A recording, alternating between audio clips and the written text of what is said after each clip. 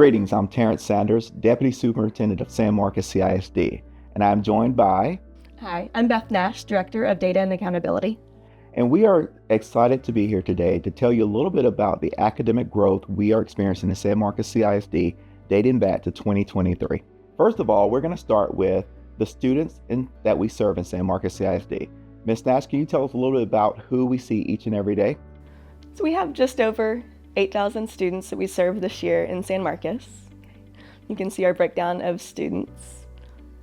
Across the district, we have a full-day pre-K center, 7 elementaries, 2 middle schools, a high school, and alternative campus. And then you can see our student demographic groups. Okay.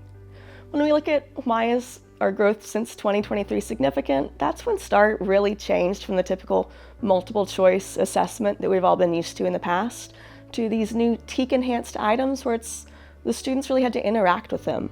And then also the short constructed responses were added to the reading, the science and social studies, and then writing TEAKs were added into the reading test, whereas previously, prior to COVID, the writing test was its own standalone STAR test, only tested in 4th grade, 7th grade, English 1 and English 2. So this was a very big shift. Taking a look here at some of the new STAR item types. Here's an example from 3rd grade RLA and 8th grade social studies.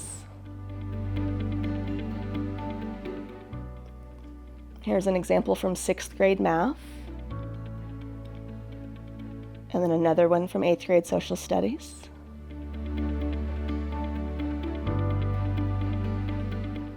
And here's one from Algebra 1 and 8th grade science. This 8th grade science one is interesting because this is actually a 3-point question because there's 3 separate answers the student can either get right or get wrong. So there's a lot of opportunity for either correct answers or wrong answers.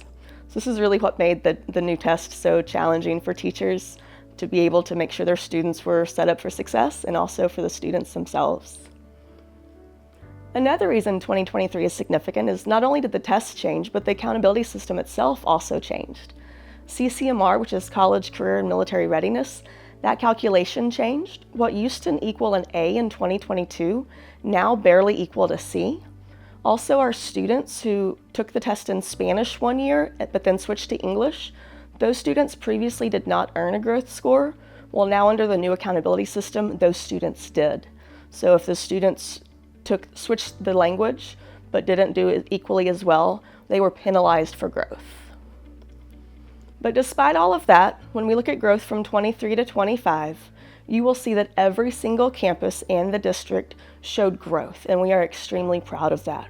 You'll also see that the majority of our campuses earned distinction designations, and distinction designations are earned when you compare a school to their 40 comparison schools. And this is something that the state establishes looking at campus comparison groups that are the same based on enrollment numbers, special education numbers, EB numbers, and just similar school statistics.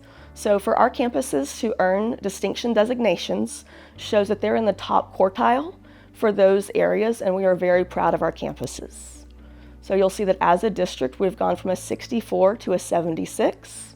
And once again, every single campus has improved.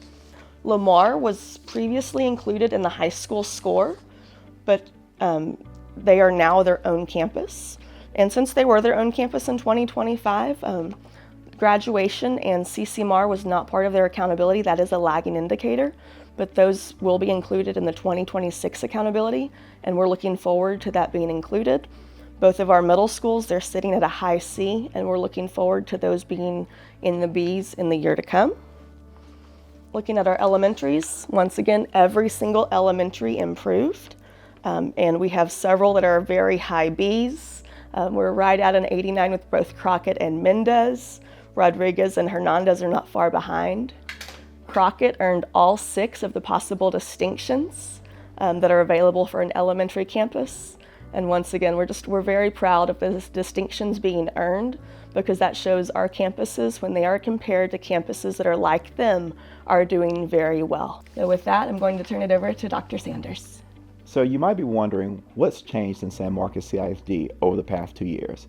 We are definitely proud of the work that is happening in San Marcos CISD. As we continue to grow, it is going to be very important that we continue to have the attitude and mindset that we are going to improve each and every day. That leadership starts with our board of trustees and our superintendent. That vision that they set for us is going to put us on the path to greatness. Our teachers and our administrators at the campus level are responsible for each and every day of making sure our students have the best instruction possible. We also cannot do this without our parents, our families, and the community. Their support means the world to us. If one of these pieces is missing from this equation, we will not see the results that we have seen over the past 2 years. It's also important to recognize that the community businesses play a huge role in supporting what happens in the school district. As we say in San Marcos, here and now is the time because we are on the verge of greatness. Our students deserve it, and so does this community. We appreciate all the support that we have from everyone who makes this district a district that we're all proud of. And great things are in store for us over the next couple years. Thank you for making San Marcos CISD here and now one of the best districts it possibly can be.